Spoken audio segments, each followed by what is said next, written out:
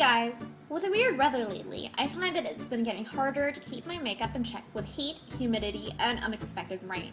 So I've come up with a new foundation routine for that in-between summer rainy season that's lightweight, long-lasting, but also sports some pretty decent coverage.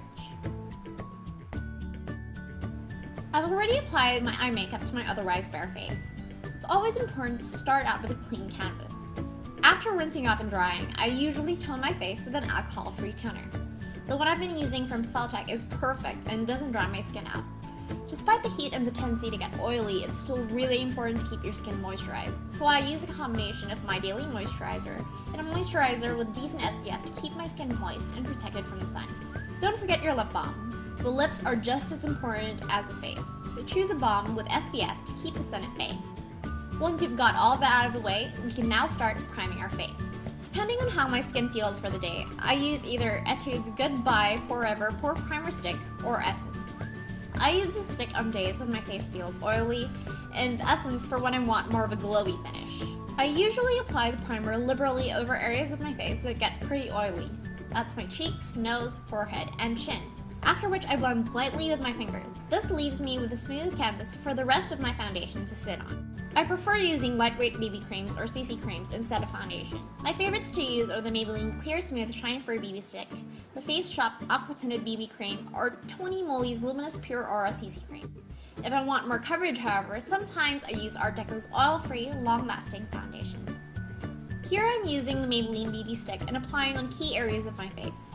I like keeping my base lightweight, so I apply in lines or dots instead of all over my entire face.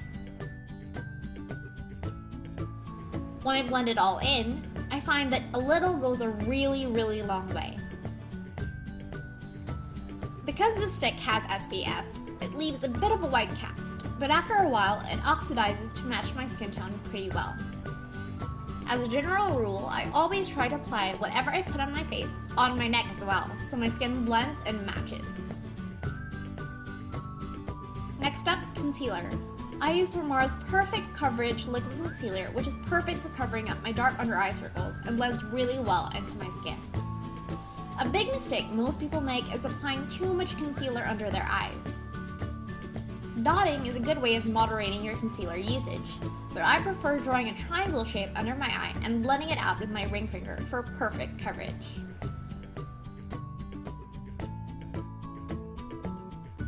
If you prefer a natural looking glow, you can definitely stop here. But for longer lasting makeup and a more matte look, I usually set my makeup with powder. I love Maybelline's Clear Smooth Extra Shine Free Powder. Using a big fluffy brush, I dust just a thin layer of this powder on my face and neck for more coverage and a matte finish. Be careful not to go overboard. We want our foundation to stay lightweight. To add more depth and color to the face, I use bronzer and blush to contour and highlight. I use a matte bronzer like Essence Sun Club to add depth to my cheeks as well as parts of my nose. After applying bronzer powder, make sure to blend thoroughly to avoid harsh lines and bring the powder down to your jaw and neck for a continuous look. I like using a cream blush like Etude's Cupcake All Over color in my cheeks to give them a nice glow. I apply by dabbing lightly on my cheeks and blending upwards following the natural point of my cheekbones.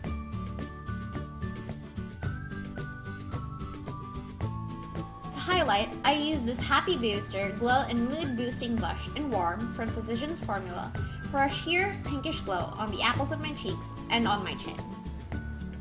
And we're done! This is my new foundation routine that's lightweight and gives you a warm, natural, and healthy look. It's a pretty subtle difference, but the best makeup is usually when you don't look like you're wearing makeup at all. So if you have any questions on the details of my foundation routine, the products I use, how I apply them, or how they work on my skin, feel free to leave a comment below. I'll be putting more details about the products I used as well as some short reviews on them and how I use them in my blog. So if you want to read more about that, go visit adanikki.com.ph. The link will be below.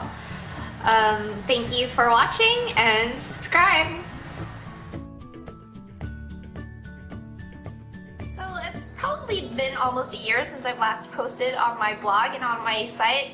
It's just been such a really hectic year, and this video will be an excuse video of sorts to sort of run you to speed with what's been happening in my absence.